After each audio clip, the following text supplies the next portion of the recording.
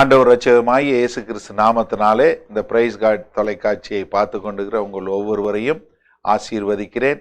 இது அந்த தொலைக்காட்சியில் பார்க்கக்கூடிய நிகழ்ச்சிகள் ஒவ்வொன்றும் உங்களை கிறிஸ்துவுக்குள் வளர்க்கக்கூடியதாகவும் உங்களை கிறிஸ்துவை போல் மாற்றக்கூடியதாகவும் இருக்கும் என்று விசுவாசித்து உங்களை ஆசீர்வதிக்கிறேன். இந்த நாளில் நான் இன்னொரு காரியத்தை குறித்து உங்களோடு நான் பேச விரும்புகிறேன். இந்த புதிய உடன்படிக்கையில் உள்ள சபைங்கிறது என்ன?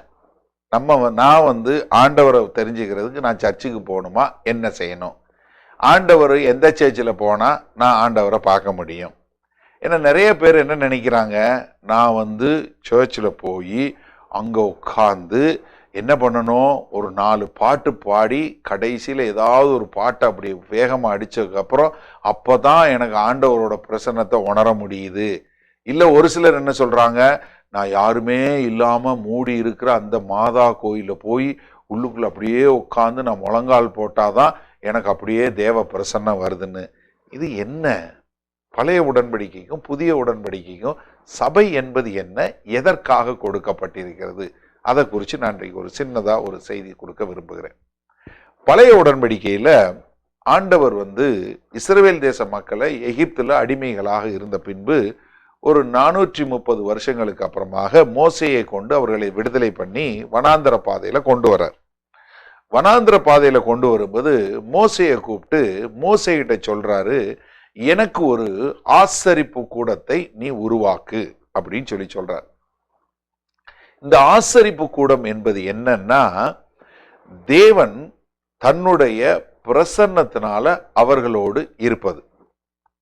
நீங்க யாத்திராகமம் புஸ்தகத்துல 25வது அதிகாரத்திலிருந்து அந்த புஸ்தகம் முழுவதும் 40வது அதிகாரம் வரைக்கும் ஆண்டவர் என்ன சொல்றாரு, இந்த ஆசரிப்பு கூடத்தை நீ எப்படி கட்ட வேண்டும் அப்படின்னு சொல்லி, பரலோகத்தில் இருக்கிற படி நீ கட்டுன்னு சொல்லி நான் காட்டுவது போல அப்படின்னு சொல்லி எல்லா காரியத்தையும் குறித்து சொல்றார். நீ எந்த மாதிரி போல் வைக்கணும், எங்க வாசல் வைக்கணும், எங்க பலிபீடத்தை வைக்கணும், எங்க கழுவுறதை வைக்கணும், எந்த இடத்துல அப்பம் வைக்கணும், எந்த இடத்துல மெனாரா என்று அழைக்கக்கூடிய அந்த விளக்கு தண்டு வைக்கணும், எங்க தூபம் காட்டக்கூடியதை வைக்கணும், அதற்கு பின்பாக பரிசுத்த ஸ்தலத்திற்கும் மகா பரிசுத்த ஸ்தலத்திற்கும் நடுவுல எப்படி ஒரு பெரிய திரைச்சீல இருக்கணும், அது எந்த நூலுல செஞ்சிருக்கணும், அது எவ்வளவு திக்கா இருக்கணும் அப்படின்னு சொல்லிட்டு உள்ளுக்குள்ள ஒரு உடன்படிக்கை பெட்டி வைக்கணுங்கிறார். இந்த உடன்படிக்கை பெட்டி என்னவா இருக்கணும்? உடன்படிக்கை பெட்டியோட நீளம் 42 இன்ச்சு, அகலம் 27 இன்ச்சு, ஆழம் 20 இன்ச்சு, இப்படி எல்லாவற்றையும் கொடுத்து எந்த மரத்துல செய்யணும், அது உள்ளேயும் வெளியும் எப்படி தங்கத்தால மூடப்பட்டிருக்கணும், 2 கேருபீன்கள் இந்த பக்கம் இருக்கணும், அதுக்கு நடுவுல இரக்கத்தின் இருக்கை என்று சொல்லக்கூடிய மர்சி சீட் இருக்கணும், உள்ளுக்குள்ள 2 பானை, 2 சின்ன பாட்டில் அவர்கள் வனாந்திரத்துல சாப்பிட்ட மன்னா என்கிற அந்த உணவு உள்ள இருக்கணும், ஆரோனுடைய 2 தடி இருக்கணும், அந்த மலர்ந்த ஆல்மண்ட் தடி இருக்கணும், அது போக உள்ளுக்குள்ள 2 10 கற்பனைகள் பலகை இருக்கணும், இதுல தான் நீ ரத்தத்தை தெளிக்கணும் என்று சொல்லக்கூடியதாய் ஆண்டவர் ரொம்ப டீட்டெயிலா ரொம்ப ஒரு 15 அதிகாரம் எடுத்து அதுல எல்லா டீட்டெயிலும் கொடுத்து நீ இது பிரகாரம் செய்யி, ஆசாரியனுக்கு என்ன துணி போடணும், அவன் என்ன அண்டர் பேண்ட் போடணும், அவன் என்ன தொப்பி போடணும், என்ன நூலுல செய்யணும், இவ்வளவு டீட்டெயிலே ஆண்டவர் கொடுக்கிறார். காரணம் என்னன்னா, இது பிரகாரம் தான் நீ செய்யணும்னு சொல்றாரு. இதனுடைய சுருக்கமா சொன்னா 25வது அதிகாரம் 8வது வசனத்துல சொல்றாரு, அவர்கள் நடுவிலே நான் வாசம் பண்ண எனக்கு ஒரு பரிசுத்த ஸ்தலத்தை உண்டாக்குவார்களாக. எதுக்காக இதை செய்ய சொல்றாருன்னா, நான் அவங்க மத்தியில இருக்கணும். எப்படி? தேவன் நான் இந்த ஜனங்கள் மத்தியில இருக்கணும். இப்ப அவங்க ஆசரிப்பு கூடத்தை எடுத்துக்கொண்டு வனாந்தர பாதையில போறாங்க. பகல்ல பாத்தீங்கன்னா ஒரு மேக ஸ்தம்பமா அவர்களுக்கு ஒரு பாதுகாப்பா ஒரு நிழல் கொடுக்கக்கூடிய கூட்டமா இருக்கிறார். இரவுல அது என்னவா மாறிடுது, ஒரு அக்கினி ஸ்தம்பமாக மாறுகிறது. அத கீழே வெளிச்சமாவும் இருக்கு, அவங்களுக்கு அனல் கொடுக்கக்கூடியதாகவும் இருக்கு. இதை வெளியே இருந்து பாக்குறவங்க எல்லாம் என்ன பாக்குறாங்க, ஐயோ இவர் ஒரு ஆச்சரியமான தேவன் இந்த மக்களை வழி நடத்துறார் என்று சொல்ல பாக்குறோம். இதற்கு பின்பாக இந்த மக்கள் வனாந்தர பாதையை முடிச்சு கானான் தேசத்துக்கு வந்து இவங்க வரும்போது என்னன்னா, ஒவ்வொரு அதிசயமும் அற்புதமும் எதனால நடக்குது? தேவனுடைய பிரசன்னத்தினால, இந்த உடன்படிக்கை பெட்டியினால தான் நடக்குது என்று சொல்லி அவர்கள் பார்க்கிறாங்க. இந்த வெளியே இருக்க ஜனங்க, இந்த பெலிஸ்தேர்ல என்ன பார்க்கறான்? இவன் ஒரு பெட்டி வச்சிருக்கானுங்க. இந்த இஸ்ரவேல் தேச மக்கள் வந்து ஒரு பெட்டி வச்சிருக்காங்க, உடன்படிக்கை பெட்டி. ஆக்குனா பெட்டின்னு அர்த்தம், தமிழ்ல உடன்படிக்கை பெட்டி.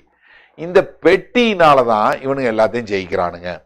இந்த பெட்டியை தூக்கிட்டு வந்து யோர்தானை மிதிச்சா யோர்தான் கலக்குது, இந்த பெட்டியை தூக்கிட்டு வந்து மீதி காரியங்கள் செஞ்சா எல்லாம் ஜெயிச்சிடறானுங்க, அதனால இந்த பெட்டியை எடுத்துட்டு போனா நம்ம ஜெயிச்சிடலாம் அப்படின்னு சொல்லி சண்டை போட்டு 1 சாமுவேல் 4வது அதிகாரத்துல இந்த பெட்டியை தூக்கி கொண்டு அவனுங்க எடுத்துட்டு போயிடுறாங்க. ஆனா அங்க என்ன நடக்குது? அவங்க கடவுள் கீழே விழுந்துருது, இந்த பெட்டிக்கு முன்னாடி உட்கார முடியல. 2வது நாள் கீழே விழுந்து கைகாலெல்லாம் அந்த கடவுளுக்கே உடஞ்சு போகுது. அப்போ உடனே இவன் பார்க்குறான், ஊர்ல எல்லாரும் கட்டி கட்டியா வந்துருது, வேற ஊருக்கு அனுப்புறான், அங்கேயும் கட்டியடியா, வேற வழியே இல்லைன்னு சொல்லி கொண்டு வந்து ஒரு ஓரமா போட்டுறான். பின்னால தாவீது அரசனா வந்ததுக்கு அப்புறம் அவன் என்ன பண்றான்? இந்த உடன்படிக்கை பெட்டியை எடுத்துக்கொண்டு வந்து வச்சு அதுக்கு ஆராதிக்கணும்னு சொல்லி 2 சாமுவேல் புஸ்தகம் 6வது அதிகாரத்துல இந்த உடன்படிக்கை பெட்டியை எருசலேமுக்கு கொண்டு வந்து அங்கு வச்சு தேவனுக்கு காலையிலும் மாலையிலும் பலி செலுத்தி ஆராதனை பண்றாங்க. இதற்கு பின்பாக அங்க என்ன நடக்குதுன்னா, தாவீதுக்கு ஒரு எண்ணம் வருகிறது, நான் இங்க இருக்கிறேன், ஆண்டவருக்கு மட்டும் ஒரு இருக்க இல்லை, இடம் இல்லைன்னு சொல்லி ஆண்டவருக்கு ஒரு ஆலயம் கட்ட வேண்டும் என்று அவனுடைய இருதயத்துல வருது. அப்போ ஆண்டவர் என்ன சொல்றார்? நீ கட்ட மாட்ட, உன்னுடைய மகனாகிய சாலமன் கட்டுவான்னு சொல்லி சாலமன் கட்ட சொல்றாரு. இஸ்ரவேல் தேசத்துல கட்டப்பட்ட ஒரு பிரமாண்டமான ஒரு இது என்னன்னா, தேவனுக்காக ஆலயம் கட்டினது. இந்த ஆலயம் கட்டி அந்த ஆலயத்தை வந்து பிரதிஷ்டை பண்றாங்க. 1 ராஜாக்கள் புஸ்தகம் 8வது அதிகாரத்துல நீங்க அதை பார்க்கலாம். அப்ப அந்த ஆலயத்தை பிரதிஷ்டை பண்ணும்போது அவர்கள் வந்து அங்க வந்து பலிகளை செலுத்தி அங்க பண்ணும்போது என்ன வருது? தேவனுடைய பிரசன்னம் அங்கு வந்து ஒருவரும் நிற்க முடியாதபடி, எந்த ஒரு ஆசாரியனும் நிற்க முடியாதபடி என்ன நடக்குது? அங்கு தேவனுடைய பிரசன்னம் அவர்களை அப்படியே ஆளுகை செய்கிறது. 1 ராஜாக்கள் புஸ்தகம் 8வது அதிகாரம் 10வது வசனம் பாருங்க. அப்பொழுது ஆசாரியர்கள் பரிசுத்த ஸ்தலத்திலிருந்து புறப்படுகையில் மேகமானது கர்த்தருடைய ஆலயத்தை நிரப்பிற்று. மேகத்தின் நிமித்தம் ஆசாரியர்கள் ஊழியம் செய்கிறதற்கு நிற்க கூடாமற் போயிற்று. கர்த்தருடைய மகிமை கர்த்தருடைய ஆலயத்தை நிரப்பினது. என்ன? தேவனுடைய பிரசன்னம் அங்க ஆலயத்துல நிரம்பினது. அப்ப என்ன நினைச்சாங்க மக்கள் எல்லாம்? எருசலேம்ல வந்து அந்த தேவாலயத்துலதான் வந்து நம்ம இது பண்ணணும், ஏன்னா ஆண்டவர் அங்கதான் குடியிருக்கிறார் என்று சொல்லதான் வந்துட்டாங்க. இதற்கு பின்பாக பாபிலோனியர்கள் வந்தாங்க, அவங்க இஸ்ரவேல் தேசத்தை அடிச்சு இது பண்ணி அவங்க கொண்டு போயிட்டாங்க. அதற்கு பின்பாக தரியு ராஜா வந்து கோரேஸ் மூலமா ஆண்டவர் வந்து நீங்க போய் ஆலயத்தை எடுத்து கட்டலான்னு சொல்லி 538 வருஷத்துல கட்டளை இட்ட பிறகு கொஞ்சம் நெகமாயா, எஸ்ரா போன்றவர்கள் வந்து ஆலயத்தையும் இதையும் எடுத்து கட்டி அங்கு ஆலய வழிபாடு நடந்தது. இப்பொழுது ஆண்டவராகிய இயேசு கிறிஸ்து வந்தார். ஆண்டவராகிய இயேசு கிறிஸ்து பூமியில இருக்கும்போது எல்லாரும் எருசலேம்ல போய் வழியிட்டார்கள். நீங்க உங்களுக்கு இந்த கதை ஞாபகம் இருந்ததுன்னா தெரியும். யோவான் 4வது அதிகாரத்துல ஆண்டவர் வந்து அந்த சமாரிய ஸ்திரீயிட பேசும்போது அந்த சமாரிய ஸ்திரீகிட்ட வந்து அவர்கள் தண்ணீரை பத்தி பேசும்போது அவ என்னதை பத்தி பேசுறாங்க? ஆராதனையை பத்தி பேசுறாங்க. நாங்க இந்த மலையில இது பண்ணோம், அவங்க அந்த மலை அப்படின்னு சொல்லக்கூடிய காரியத்தை நம்ம பார்க்கிறோம். இதற்கு பின்பாக ஆண்டவராகிய இயேசு கிறிஸ்து கல்வாரி சிலுவையில மரணம் அடையும் போது என்ன நடக்குது? நிலநடுக்கம் ஏற்பட்டு அங்கு திரைச்சிலை மேலிருந்து கீழாக 2ஆக கிழிக்கப்பட்டது. என்ன? தேவன் வந்து அங்கிருந்து அவர் மேல இருந்து கிழிச்சிட்டு அவர் வெளியே வந்துட்டாரு. இன்னி அங்க ஆலயத்துல இல்லை. ஆண்டவர் வந்து என்ன பண்றாரு? ஒரு தீர்க்க தரிசனமாய் சொல்லுகிறார், இந்த ஒரு கல்லு மேல ஒரு கல் இருக்காது, எல்லாமே இடிஞ்சு போயிரும் அப்படின்னு. அப்போ ரோமாபுரி பேரரசு வந்து படையெடுக்கும் போது என்ன நடக்குது? அவங்க தீ வச்சு கொளுத்தி விட்டுறாங்க ஆலயத்தை எல்லாத்தையும். அப்ப என்னன்னா, சாலமன் கட்டின ஆலயம் முழுவதும் நிறைய தங்கத்தினால இருந்ததுனால இந்த தங்கம் பூரா உருகி இந்த செங்கலுக்குள்ள போயிருச்சு. அப்ப இந்த தங்கத்தை எடுக்கணுங்கிறதுக்காக ஒவ்வொரு செங்கலா வெட்டி, லிட்டரலா ஒவ்வொரு செங்கலா வெட்டி எடுத்து தங்கத்தை பூரா எடுக்கிறதுக்கு தரமட்டமா அந்த ஆலயம் போயிருச்சு. இன்னைக்கு வரைக்கும் அந்த ஆலயம் கிடையாது. ஆண்டவராகிய இயேசு கிறிஸ்து உயிர் தெழுந்த பின்பு தன்னுடைய பரிசுத்த ஆவிக்காக வெயிட் பண்ணுங்கன்னு சொல்லிட்டு போயிட்டார். சொன்னதுக்கு அப்புறம் என்ன நடந்தது? பரிசுத்த ஆவியானவர் பெந்தேகோஸ்தே நாள்ல அப்போஸ்தலர் நடவடிக்கை 2வது அதிகாரத்தில் அருளப்பட்டார். அப்பொழுதுதான் சபை மறுபடியுமாக பிறந்தது, கிறிஸ்துவனுடைய சபை பிறந்தது. இந்த சபை என்ன? இன்றைக்கு நம்ம போய் வணங்குறோமே, பில்டிங் எல்லாம் போறோமே, நிறைய கத்தீட்ரல்லாம் பார்க்குறோம். அப்படி இருக்கு பாஸ்டர், நிறைய ஸ்டெயின் கிளாஸ் பெயிண்டிங் இருக்கு, நல்ல இது இருக்கு, ஆலயமா இருக்கு. அதெல்லாம் என்ன? அதெல்லாம் ஆலயம் இல்லையா அப்படின்னு தோணும். உங்களுக்கு இந்த கொஞ்சம் ஹிஸ்டரியும் சொல்றேன், ஒரு 2 மினிட்ஸ்ல ஒரு சின்ன ஹிஸ்டரியும் சொல்றேன். 370வது வருஷம் கிறிஸ்துவுக்கு பின் கான்ஸ்டன்டினோபிள் ஒரு போராட்டத்துக்கு போறார், ஒரு போருக்கு போறார். அப்ப என்ன நினைக்க, மெலிவியன் பிரிட்ஜ் அப்படின்னு சொல்லக்கூடிய ஒரு மெலிவியன் பாலம் என்கிற பாலத்துக்கு இந்த பக்கத்துல இவர் இருக்கிறாரு. அவர் கீழே இருந்த சேனாதிபதி எதிர்த்த மாதிரி இருக்கிறாரு. இவர்கிட்ட இருக்க படம் கம்மி, ஆனா சேனாதிபதிகிட்ட இருக்க படம் ஜாஸ்தி. இப்ப இவர் தோத்து போயிடுவாரு போல தோணுது. அன்று இரவு அவருக்கு ஒரு தரிசனம் வருது.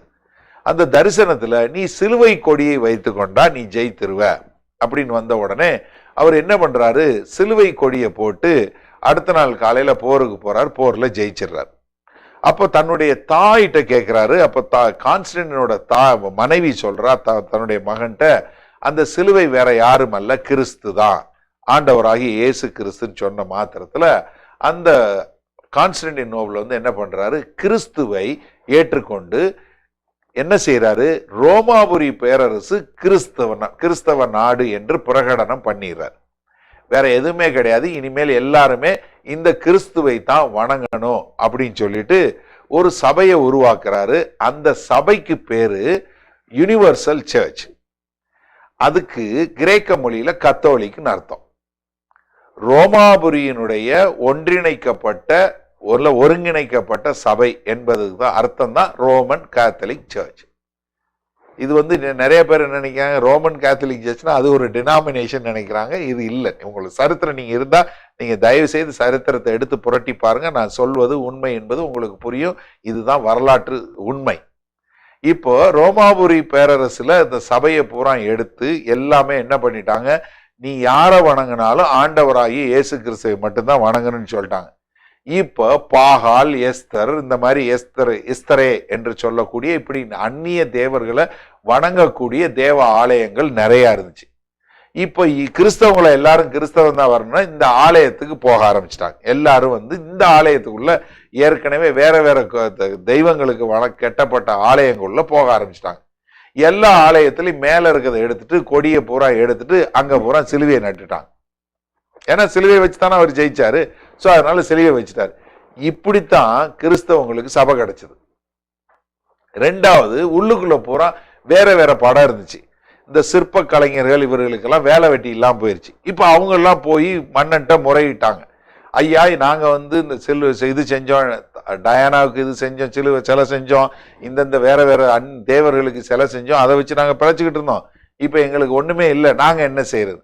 அப்ப பார்த்தாரு, நீங்க பூரா கிறிஸ்துவ சிலை செய்யுங்கடா, கிறிஸ்து அப்போஸ்தலர் இவங்க சிலை செய்யணும். அப்படித்தான் மரியாளுக்கு சிலை, கிறிஸ்துவுக்கு சிலை, பேதருக்கு சிலை, பவுலுக்கு சிலைன்னு சொல்லி எல்லாருக்கும் சிலை செய்யற காரியமும் அப்படித்தான். நம்ம இன்றைக்கு சபைகளுக்குள்ள சிலை இருக்கிற காரணம் அதுதான். அப்படித்தான் சிலை செய்யறது வந்துச்சு. இப்ப இந்த இதுக்குள்ள வந்த உடனே இங்க பூரா எல்லாம் கிறிஸ்தவர்லாம் போய் என்ன பண்ண ஆரம்பிச்சிட்டாங்க, அங்க போய் வணங்க ஆரம்பிச்சிட்டாங்க.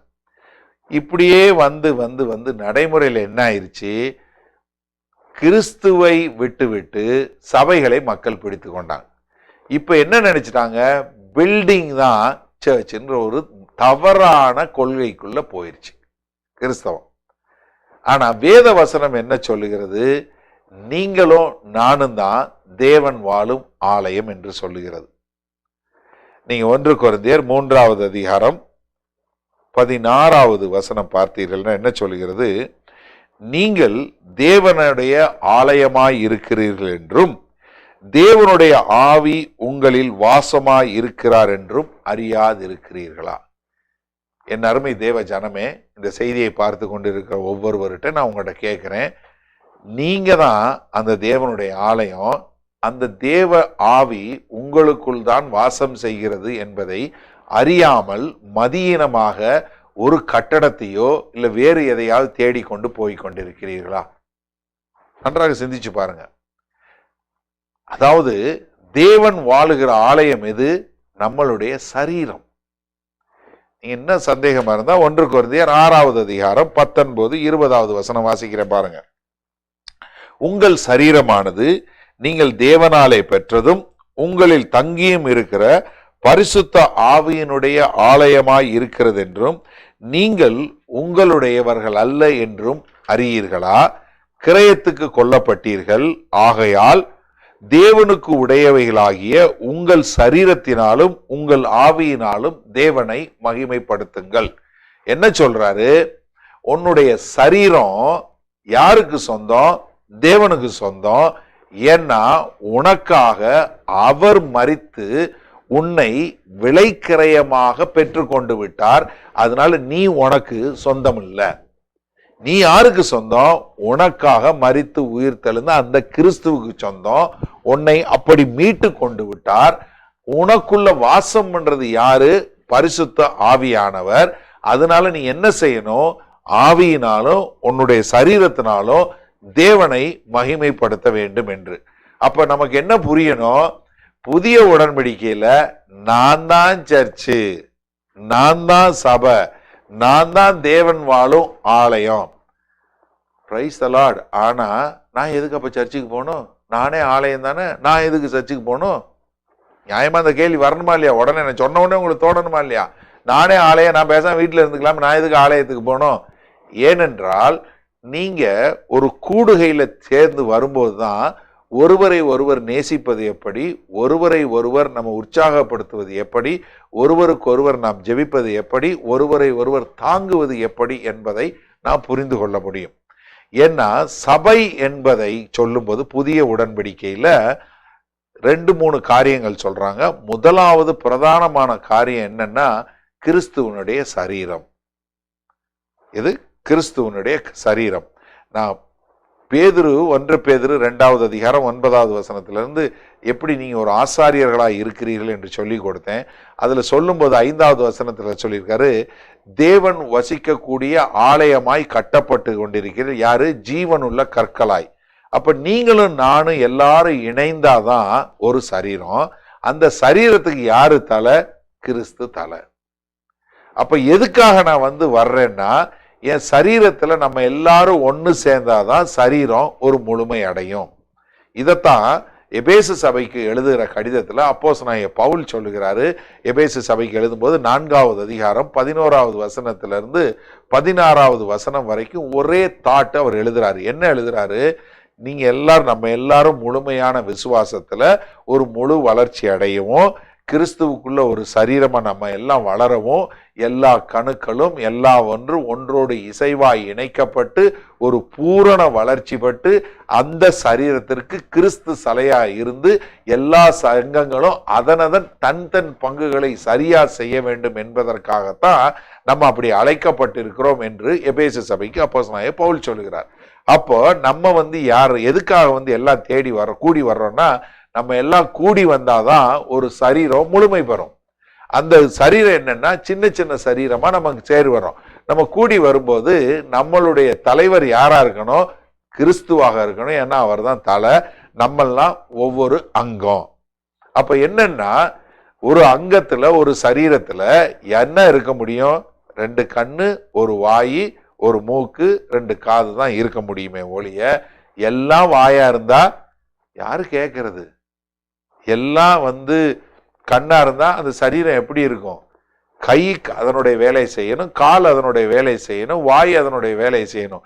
அப்படி ஒவ்வொரு அங்கமும் ஒரு வேலையை செய்யணும். அப்ப என்னன்னா நம்ம எல்லாருக்கும் ஒரே மாதிரி அழைப்பு இல்லை. என்னன்னா நமக்கு ஒவ்வொருத்தருக்கும் தனித்தனி பொறுப்பு இருக்கு.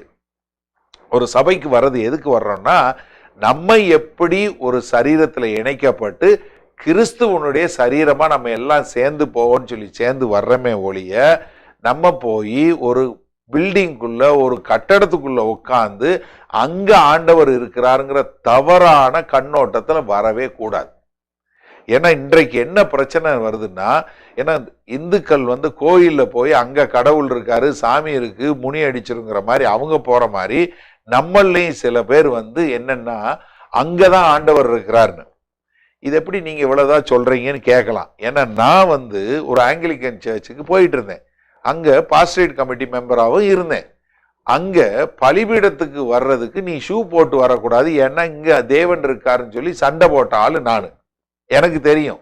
ஏன்னா நான் கிறிஸ்தவனா இருந்தாலும் பைபிள் வாசிக்கிறவனா இருந்தாலும் நான் என்ன நினைச்சேன், ஆண்டவர் அங்க இருக்கிறாருன்னு தான் நினைச்சேன். ஏன்னா காரணம், நம்ம மண்டையில அப்படியே ஒரு எண்ணம், என்னமோ ஆண்டவர் வந்து சர்ச்சுக்குள்ள இருக்காருன்னு.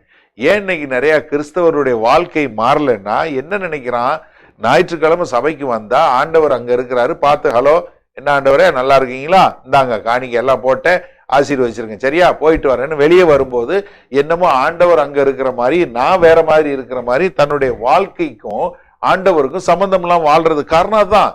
ஏன்னா அவர்களுக்கு வந்து அந்த ஞானம் இல்லை. ஏன்னா நான் தான் அந்த ஆலயம், எனக்குள்ளதான் பரிசுத்த ஆவியானவர் வாழ்றாரு. அப்ப என்னுடைய வாழ்க்கை, என்னுடைய சரீரம், என்னுடைய ஆவி, ஆத்மா எல்லாவற்றிலையும் நான் கிறிஸ்துவை மகிமைப்படுத்தணும்னு சொல்லி வாழ்ந்தேன்னா எப்பவும் நான் ஆண்டவருடைய தேவ பயத்தோட தேவனுக்காக வாழக்கூடியவங்களா மாறிடுவேன். ஏன்னா இன்றைக்கு நீங்க இதை செய்தியை பார்த்து கொண்டு இருக்க நீங்க யாராவது இப்படி ஒரு எண்ணத்தில் இருந்தீங்கன்னா தயவு செய்து நீங்கள் இந்த வேத வசனங்களை ஆராய்ந்து பாருங்கள். ஏனென்றால் நீங்கள் தான் அந்த தேவனுடைய ஆலயம். நீங்கள் இசைவாய் இணைக்கப்பட வேண்டியது, ஒரு சரீரத்துல இணைக்கப்பட வேண்டியது மிக அவசியம். ஏன்னா நிறைய பேர் வந்து என்னன்னா, இது எதுக்கு சின்ன சர்ச்சுக்கு போனா பிரச்சனை, அதனால நம்ம பெரிய சபைக்கு போனோம்னா ஒரு பிரச்சனை இல்லை, நம்ம பாட்டுக்கு போனோமா உள்ள உட்காந்தோமா ஏதோ காணிக்கையை போட்டோமா, நம்மளுடைய குற்ற உணர்ச்சி இல்லாம ஆண்டவரே நான் உங்களுக்கு காணிக்கையை கொடுத்துட்டேன் அப்படின்னு சொல்லி வந்துடலான்னு சொல்லி இலகுவாக நினைக்கிறாங்க. அது வந்து சரீரம் கிடையாது, அது வந்து தியேட்டர் மாதிரி. நீங்க போறீங்க உட்காறீங்க, அங்க முன்னாடி நின்று எல்லாம் வந்து ஏதோ பெர்ஃபார்மன்ஸ் பண்ற மாதிரி ஆராதனை எல்லாமே வந்து ஸ்டேஜ் மேனேஜ்டா இருக்கு, எல்லாம் வந்து எல்லாம் பண்றாங்க, அப்படி அப்படின்னு எல்லாம் கேட்டு ஓகே நீங்க போறது நீங்க பாட்டுக்கு போயிடுறீங்க. அது வந்து சரீரம் கிடையாது.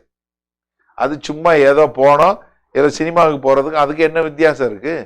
சினிமாவில் உங்களை என்டர்டெயின் பண்றாங்க, இங்க இவங்க வேற மாதிரி என்டர்டெயின் பண்றாங்க, அவ்வளவுதான். அது வந்து கூட்டம், அது இல்லை. ஏன்னா நீங்க வந்து சபை என்பது சரீரமாக இருக்க வேண்டும். அந்த சரீரத்திலேயே இசைவா இணைக்கப்படணும். நீங்க இசைவா இணைக்கப்பட்டிருக்கீங்களா இல்லையாங்கிறதுக்கு நான் ஒரு சின்ன டெஸ்ட் சொல்றேன். இப்ப இந்த கை இருக்கு, இந்த கை ரெண்டும் எதிர்மறையாக இருக்கிறது, ஒன்னோட ஒண்ணு மாதிரி இல்லை. இது இந்த பக்கம் திரும்பி இருக்கு, இது இந்த பக்கம் திரும்பி இருக்கு. ஆனா இந்த கையில ஒரு சின்ன அடி வருது, இந்த கைக்கு ஒரு வலிச்ச உடனே என்ன செய்யுது, இந்த கை தான் ஓடி வந்து இதை பிடிக்குதே ஒழிய பா நான் மாட்டேன் அப்படின்னு சொல்லி இந்த கை போறதில்லை. இது எதிர்மறையா இருக்கிறவன் தான் வந்து உடனே வந்து பண்ணணும். இது காரணம் என்னன்னா, இந்த கை இந்த மூளைக்கு இசைவா என்னுடைய தலைக்கு அழகா இணைக்கப்பட்டிருக்கு. இங்க வலிச்ச உடனே இது வலிக்குதுன்னு சொல்லி மூளைக்கு சொல்லுது. உடனே தலை என்ன சொல்லுது, நீ இந்த கையை வச்சு இத ஆறுதல் பண்ணு, இதை சரி பண்ணுன்னு சொல்லுது. இதே போலதான் நீங்க ஒரு சபையில இசைவா இணைக்கப்பட்டிருந்தீங்கன்னா உங்களுக்கு எதிர்மறையா சொல்றவங்க, உங்களை காரியங்களை பண்றவங்களுக்கு உங்களுக்கு அவங்களோட வலி உங்களுக்கு புரியணும். அவங்க அப்படி இருந்தீங்கன்னா தான் அது ஒரு சரியான சரீரம். அப்படி இல்லைன்னா நீங்க அந்த சரீரத்துல சரியா இணைக்கப்படலை. நீங்க மற்றவர்களை குற்றம் சொல்லாதீங்க தயவு செய்து. நீங்க கிறிஸ்து கூட இணைக்கப்பட்டிருக்கீங்களா பாருங்க. கிறிஸ்து கூட இணைக்கப்பட்டிருந்தீங்கன்னா அந்த சரீரம் சரியான முறையில வளரும். அதற்கு உங்களை நீங்க தயார் பண்ணிக்கொள்ளுங்க. ஏன்னா இப்ப சபைக்கு போறதுங்கிறது வந்து நிறைய பேர் என்ன நினைக்கிறாங்க, எனக்கு என்ன கிடைக்கும், எப்படி எனக்கு என்ன கிடைக்கும், வாட் கேன் ஐ ரிசீவ் அப்படின்னு சொல்லி போறாங்க. ஏன்னா அங்க போயிட்டு என்ன வாங்கப்பா, ஏதாவது நமக்கு ஏதாவது கிடைக்காதா, அவர் நல்லது சொல்லிட மாட்டாரா, யாராவது ஒருத்தர் தீர்க்க தரிசனம் சொல்லிட மாட்டாங்களா அப்படின்னு போறதை விட்டுட்டு நான் இந்த சரீரத்துல என்ன செய்யணும், ஆண்டவரே நான் தான் அந்த ஆலயம்.